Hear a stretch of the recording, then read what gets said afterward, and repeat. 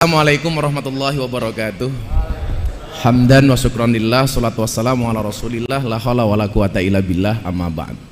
Hadratul muhtaramin, para kiai, Yai Daroji, dan semuanya yang saya muliakan, Pak Ganjar dan jajaran Forkompinda yang saya hormati.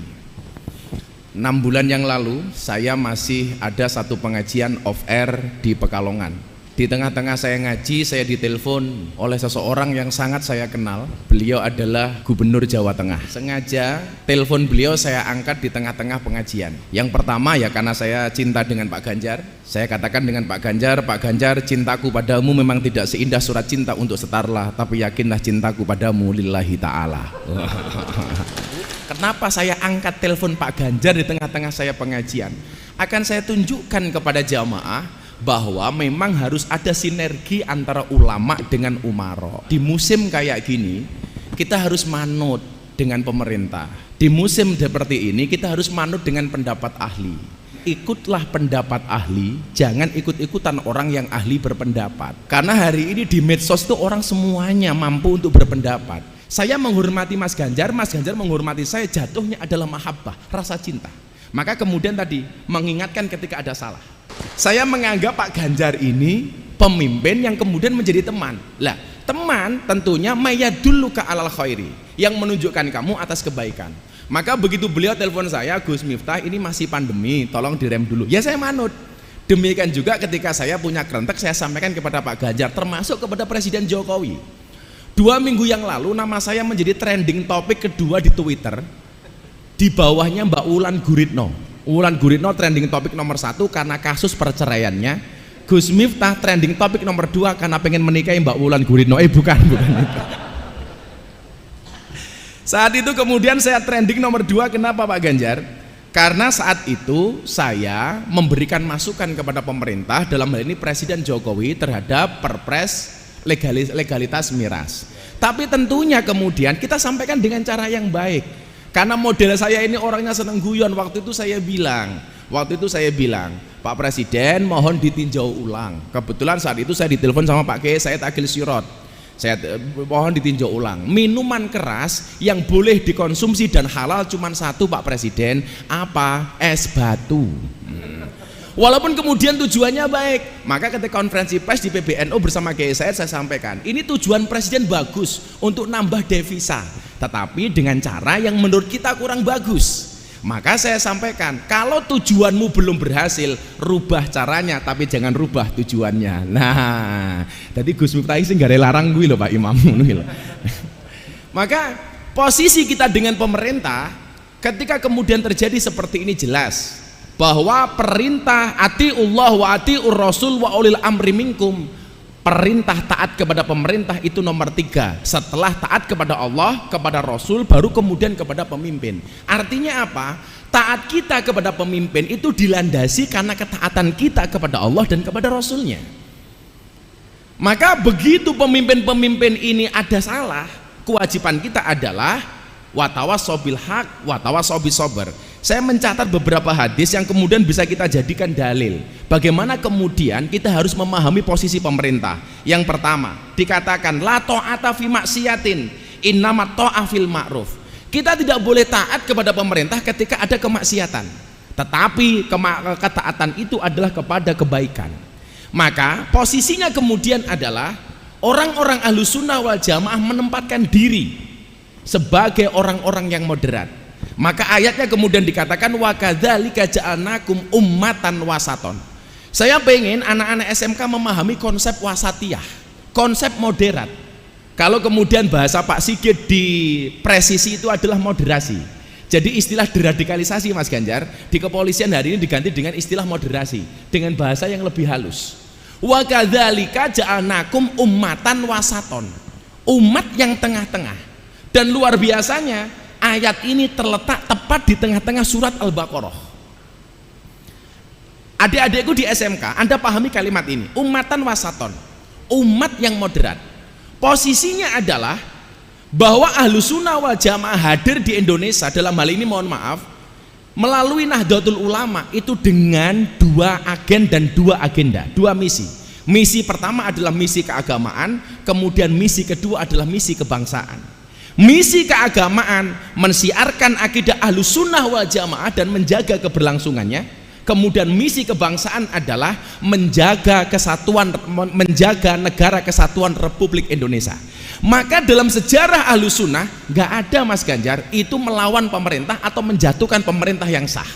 Saya ulangi, dalam politik Ahlus Sunnah nggak ada istilah melawan dengan pemerintah yang sah, apalagi menjatuhkannya. Posisinya di mana? Ummatan wasaton. Apa yang kita lakukan? Pemerintah benar kita dukung, pemerintah salah kita kritik. Tentunya mengkritik dengan cara yang baik. Hari ini banyak orang kemudian pengen mau mengingatkan pemerintah tapi dengan cara yang kurang baik. Yang ada kemudian apa? Hari ini kalau orang itu senang dengan pemerintah, buruk sekalipun dianggap baik, tapi orang yang benci dengan pemerintah, baik sekalipun tetap dianggap buruk. Contoh, Covid datang, minta vaksin. Vaksin datang, minta sertifikasi halal. Sertifikasi dari MUI datang, minta presiden duluan. Presiden mau, minta di live. Begitu di live katanya diedit. Jangan-jangan vaksinnya presiden beda dengan vaksin yang diberikan kepada rakyat. Maka saya bilang, cangkemmu lo dul itu. Golek salah pemerintah tok. Tapi lucunya begitu ada bantuan baksos tentang vaksin, antri dhisik dhewe gitu. Nggak manut dengan kebijakan pemerintah, ada bantuan melayu dhisik dhewe. Tapi memang aneh, Mas Ganjar, orang Indonesia itu aneh. Ada bansos untuk orang miskin, semua orang ngaku miskin. Ada bansos untuk UMKM, semua orang ngaku pengusaha kecil. Maka saya usul Pak Ganjar di Jawa Tengah, tolong dibuat bansos untuk orang gila. Pertanyaannya adalah banyak enggak yang ngaku gila? Maka disinilah kemudian anak-anakku di SMK tolong pahami konsep kebangsaan yang benar.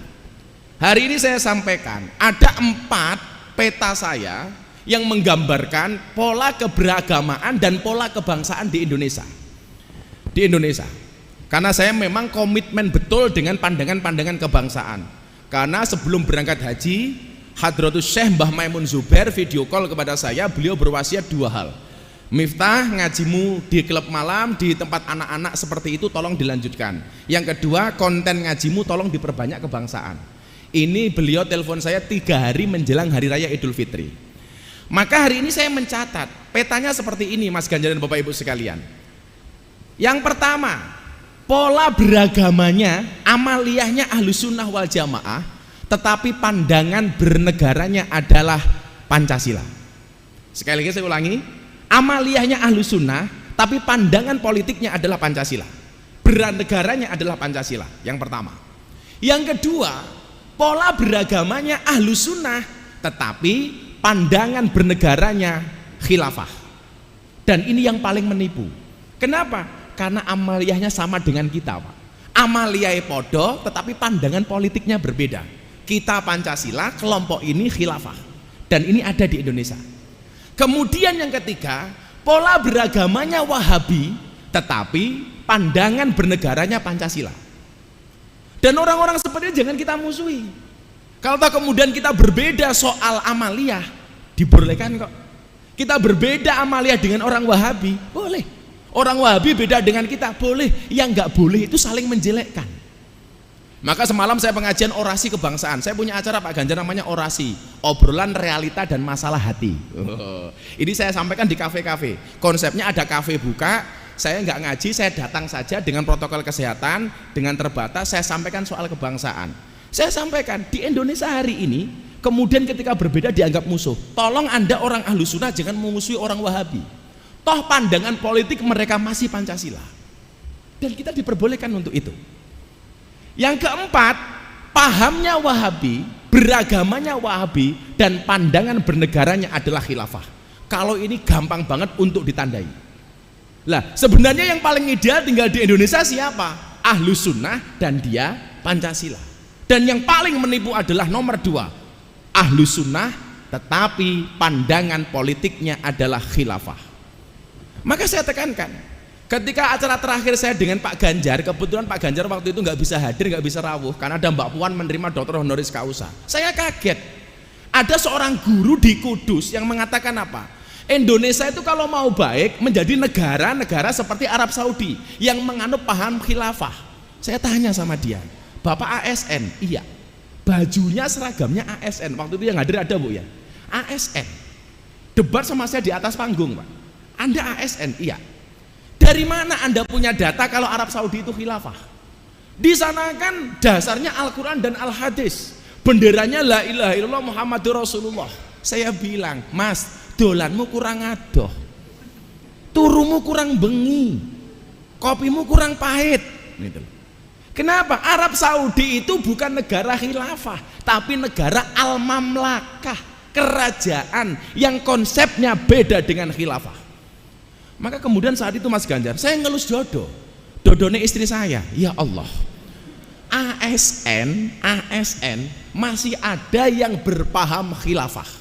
Maka hari ini saya sampaikan di depan Pak Gubernur, kalau ada ASN di Jawa Tengah, boh itu guru atau yang lainnya, dia berpandangan khilafah, saya sarankan kepada Pak Gubernur, ganti, copot, pecat. Kenapa? Karena itu gak sesuai dengan Pancasila.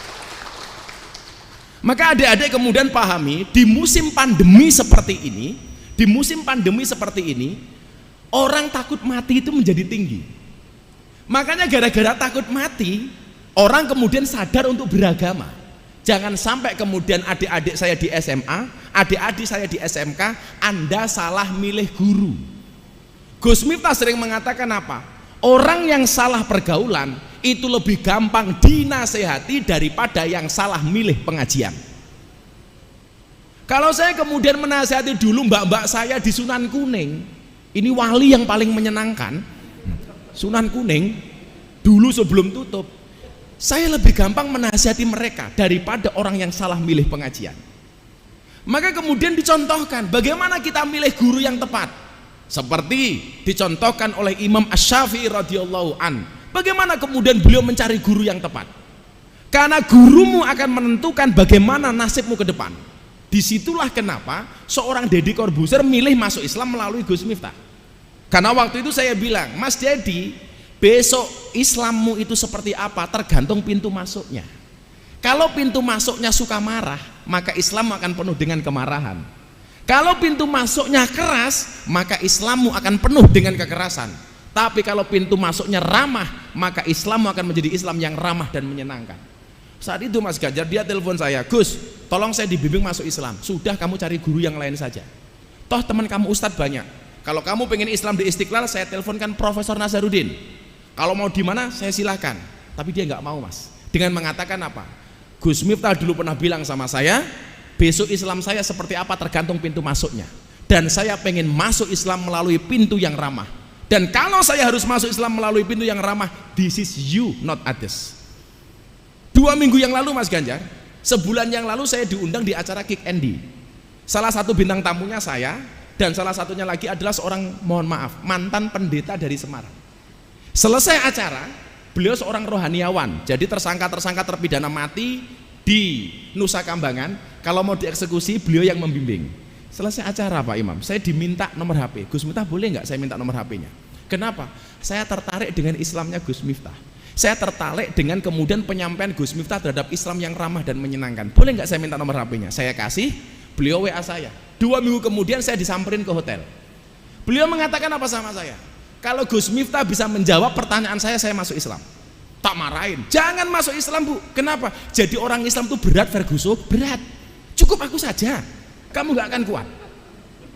Tapi ternyata dia ngeyel Mas. Akhirnya dia bertanya satu pertanyaan. Pertanyaan beliau waktu itu adalah, dari mana Gus Miftah yakin yang dipotong oleh Ibrahim itu lehernya Ismail bukan Ishak? Dari mana Anda bisa meyakini? Karena dalam Al-Quran itu nggak ada nama Ismail di situ, yang dipotong Ismail. Dari mana Anda meyakini? Kalau Gus Miftah bisa meyakinkan saya bahwa yang dipotong itu adalah Ismail dengan dalil yang tepat, saya masuk Islam. Saya terangkan 20 menit, akhirnya dia mengatakan ini yang sari jawabannya, dan saya menyatakan masuk Islam. Saya pengen kemudian Islam itu digambarkan dengan yang menyenangkan. Maka saya mengatakan orang non-Islam itu tidak melihat Quranmu, tidak melihat hadismu, tidak melihat kitab sucimu, tetapi orang non-Islam melihat akhlak dan perbuatanmu. Kalau kamu pengen mengatakan Islam ini agama yang baik, tunjukkan akhlak dan perbuatanmu yang baik. Saya dapat tamu di TV, ketika saya ada bintang tamu, ada bule masuk dari Islandia, umur 22 tahun. Begitu tahu saya pakai belangkon seperti ini, menurut dia pakaian yang aneh, dia tanya, "Who are you? Kamu siapa?" Saya jawab, "Ustadz." Dia tidak paham. Akhirnya saya sampaikan, "Muslim teachers." Baru kemudian dia ngeh. Kemudian saya tanya, "And you?" "I am Audur Linda from Iceland." Saya tanya, "Agama kamu apa?" "Before I am Christian and now I am atheist." Saya bilang, "Kenapa kamu menjadi orang ateis?" "Because God is nothing." Tuhan itu nggak ada. Religion is fiction.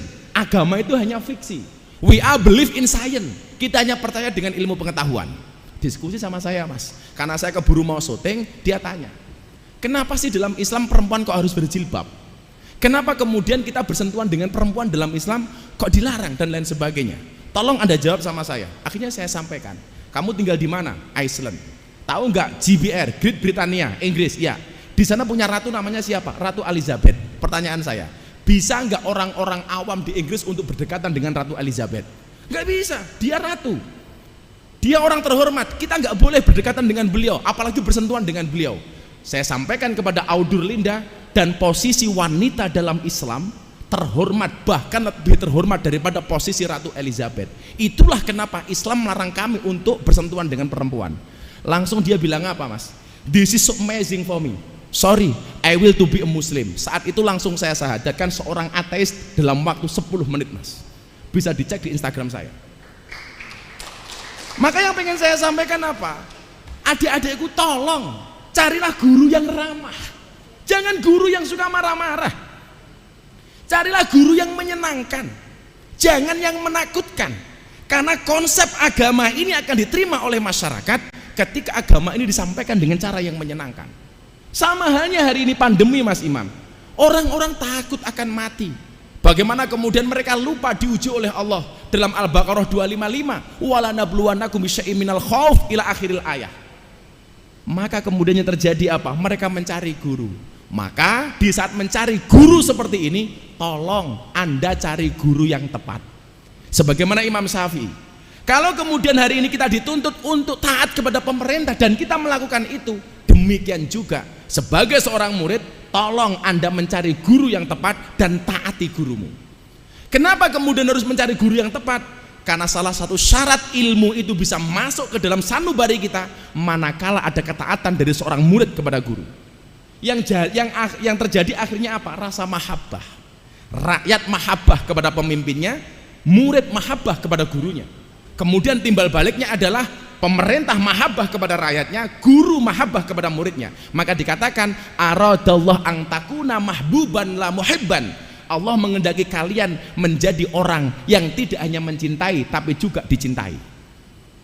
Saya pengen cerita, Mas Ganjar, bagaimana kemudian kedekatan Imam Syafi'i kepada gurunya yang namanya Imam Malik. Imam Syafi'i dan Imam Malik ini banyak perbedaan, tetapi mereka saling menghormati.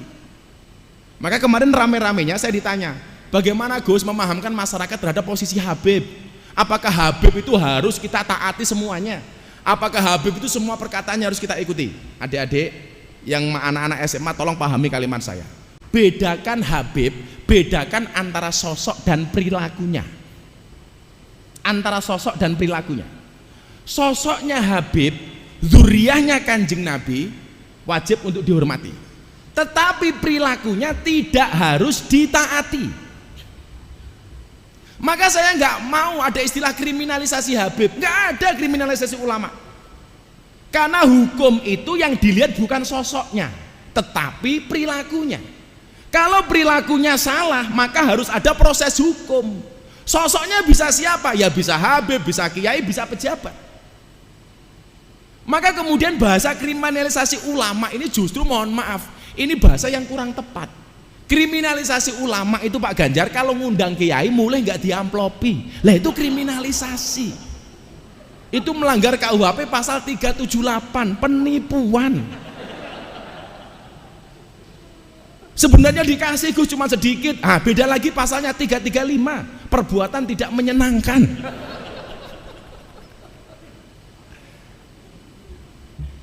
Saya sampaikan, bagaimana kemudian seorang Syafi'i menghormati gurunya walaupun berbeda pendapat. Jadi kalau ada Habib, hormati sosoknya, tapi tidak harus kemudian diikuti perilaku dan perkataannya. Maka dikatakan dalam kitab taklim, al hurmatu khairum minat ta'ah. Hormat itu lebih didahulukan daripada taat. Begitu kita tidak taat, belum tentu kita membenci dia.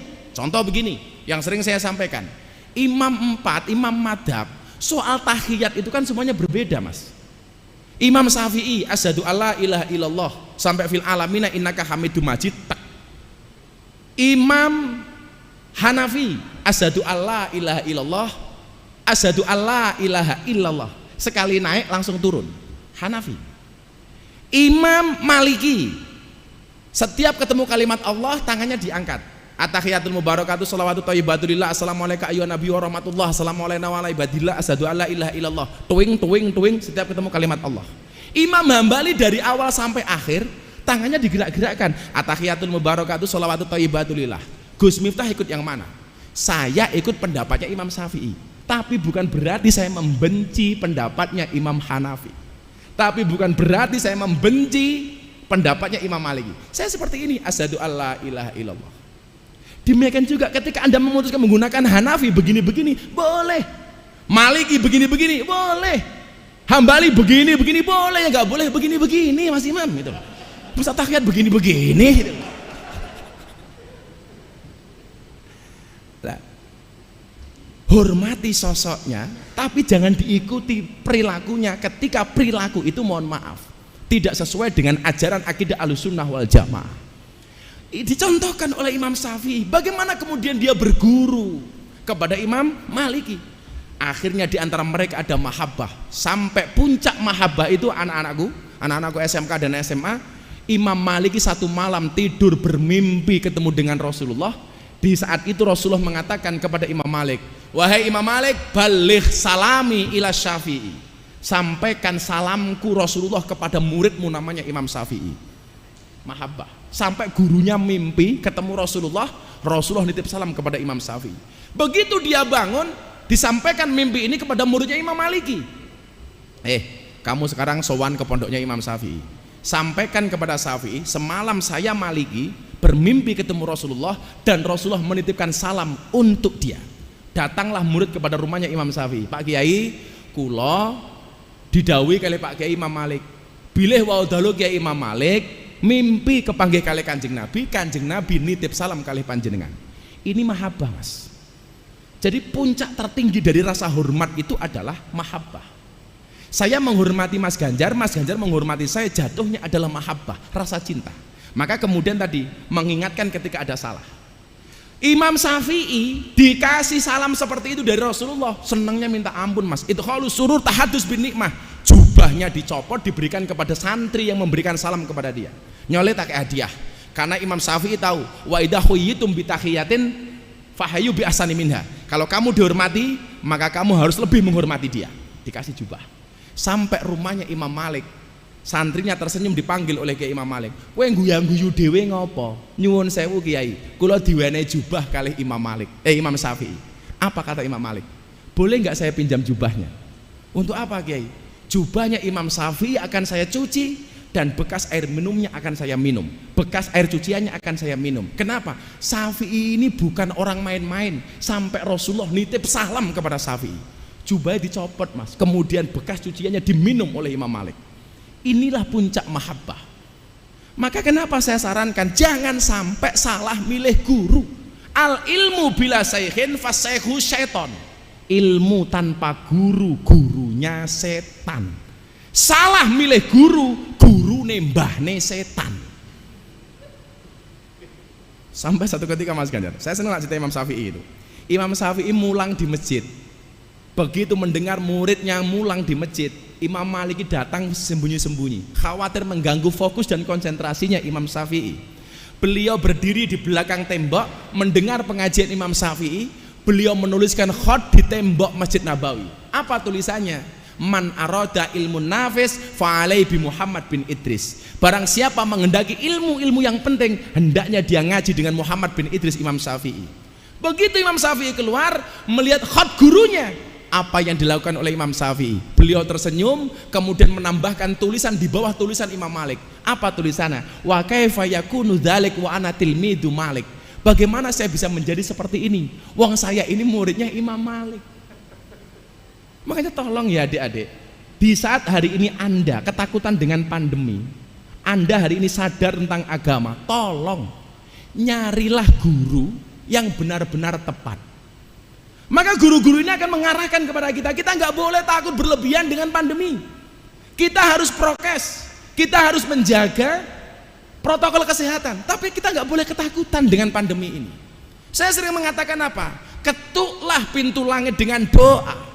Karena yang terlockdown hanya buminya, langitnya masih terbuka untuk semua hambanya. Berdoalah kepada Tuhannya corona, supaya corona segera dihilangkan. Jangan gara-gara corona kita kehilangan Tuhan. Saya sampaikan apa? Bukan ombaknya yang besar, tetapi perahunya yang terlalu kecil. Bukan ujiannya yang besar, tetapi iman kita yang terlalu lemah. Maka kemudian apa? Kita ikuti aturan pemerintah, tapi jangan kemudian kita terlalu parno, Pak. Terlalu parno. Toh kemudian ajal kita itu matinya karena apa? Sudah ditentukan oleh Allah. Hari ini kita nggak mau keluar rumah, pakai masker, semuanya dilakukan. Ternyata matinya di rumah bukan karena corona, diamuk bojone mergo ora duwe penghasilan. Maka menyikapinya jangan berlebih-lebihan. Gini aja lah Mas, coba Anda bayangkan ini. Saya mau tes psikologis Anda semuanya. Coba Anda bayangkan, kalau Anda kemudian naik perahu di sungai, kemudian perahunya bocor. Perahunya bocor. Di sekeliling perahumu ada banyak buaya. Apa yang harus kamu lakukan? Jawabannya satu, Mas. Kalau Anda membayangkan di tengah sungai, Anda naik perahu kemudian perahunya bocor dan di situ banyak buaya, yang perlu kamu lakukan satu, apa? Berhenti membayangkan. Berhenti membayangkan. Saya mencatat begini, kecemasan adalah ilusi buruk tentang masa depan. Daripada membuang waktu kita untuk cemas terhadap apa yang belum pasti terjadi, lebih baik mempersiapkan diri untuk menghadapi. Makanya kenapa kita butuh simulasi-simulasi. Saya ulangi, saya tuh kebetulan hari ini paling seneng Mas, membuat quote-quote. Kayak saya kemarin acara di TV terakhir sama Mas Sandiaga Uno. Saya tanya, Mas Sandi suka apa olahraganya? Lari, bersepeda apa jalan? Dia bilang saya suka lari Gus. Kalau Gus Miftah, saya lebih suka jalan. Kenapa Gus? Karena hidup tentang perjalanan bukan pelarian. Makanya kalau adik-adik lihat Pak Ganjar sukses seperti ini, Anda jangan lihat suksesnya. Ingat, sukses itu melalui banyak proses, bukan melalui banyak protes. Maka kalian harus tahu kenapa keringat itu asin. Jawabannya sederhana. Kenapa keringat itu asin? Karena dalam perjuangan nggak ada yang manis. Pak Imam, tambahi. Saya ulangi ya. Kecemasan adalah ilusi buruk tentang masa depan. Daripada Anda membuang waktu untuk cemas terhadap apa yang belum pasti terjadi, lebih baik mempersiapkan diri untuk menghadapi. Maka ketika Allah memberikan ujian yang berat, Allah tidak memerintahkanmu untuk mencari jalan keluar hingga penat, tetapi Allah memerintahkanmu untuk sabar dan sholat. Dia tidak memerintahkan kita untuk mencari jalan keluar hingga penat, tetapi Dia memerintahkan kita untuk sabar dan sholat. Hadapilah nikmat dengan syukur, terimalah musibah dengan sabar. Maka kalau gitu kita lakukan, insya Allah kita fine-fine saja. Kalau kemudian hidupmu diselimuti banyak masalah, berbahagialah, berarti Anda manusia. Karena kalau diselimuti kelapa berarti klepon. Disinilah kemudian kita harus optimis, karena fa inna ma'al usri yusra. Karena setiap kesulitan pasti akan ada kemudahan. Di lain itu Allah memberikan semangat dalam surat At-Taubah 40, la tahzan innallaha ma'ana. Jangan kamu bersedih. Kenapa? Karena Allah bersama kita. Lebih dari itu dikatakan la yukallifullah nafsan illa wus'aha. Allah tidak memberikan beban melebihi batas kemampuan kita. Ingat, kesedihan itu akan membesar ketika diomongkan, tapi kesedihan itu akan semakin mengecil ketika dirahasiakan. Kita contoh akhlaknya Rasulullah. Rasulullah itu kalau senang ngomong, kalau susah diem. Warganya Pak Ganjar sebaliknya, kalau seneng diam, kalau susah ngomong. Lah duwe duit meneng, ra duwe duit bengok-bengok. Wonge ya teko. Ya nganggo blangkon. Maka barangkali itu Mas Ganjar yang ingin saya sampaikan kepada adik-adik semuanya. Bagaimana kemudian kita menghadapi musibah ini dengan penuh optimisme. Insya Allah saya belajar dari karakteristik orang berpuasa. Orang berpuasa itu haus, lapar, dahaga. Tetapi kenapa orang berpuasa mau bersabar? Jawabannya satu. Orang berpuasa itu walaupun haus, lapar, dahaga, kenapa mereka mau bersabar? Jawabannya adalah karena orang berpuasa yakin adzan maghrib pasti datang. Terima kasih. Assalamualaikum warahmatullahi wabarakatuh.